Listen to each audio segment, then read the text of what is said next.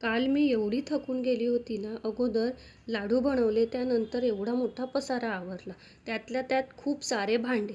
ह्या सर्वांचा मला एवढा कंटाळा आला होता ना, म्हटलं चला कोणी मदतीला येईल माझ्या, पण कोणीच आलं नाही. एवढा सर्वांचा पसारा मलाच आवरावा लागला. इतके मोठे भांडे होते, ते पण मलाच घासावं लागले. म्हटलं चला असो.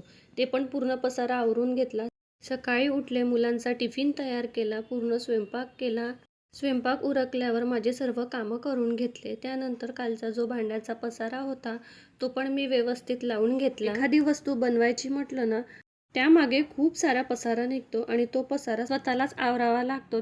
मी इथे 2 प्रकारचे ड्रायफ्रूटचे लाडू तयार केले होते. अर्धे सीड्स टाकून तयार केले होते आणि अर्धे ड्रायफ्रूट्सचे केले होते. कसे वाटले तुम्हाला हे लाडू? नक्की मला कमेंटमध्ये कळवा.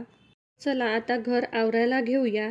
हा पसारा काय रोजचाच आहे. रोज आपल्याला त्याच पद्धतीने आवरावा लागतो. त्यानंतर कपडे वगैरे घडी घालून घेतले आणि आपल्या जागेवर ठेवून घेतले.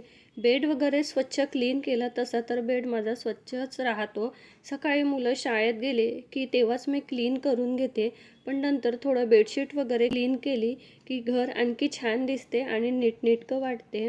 त्यानंतर मी कपडे वगैरे धुवून घेतले. ऊन छान पडलं होतं म्हणून म्हटलं चला कपडे धुवून वाळत टाकलं. त्यानंतर ऊन छान होती त्यामुळे थोडा वेळ मी उन्हात बसले.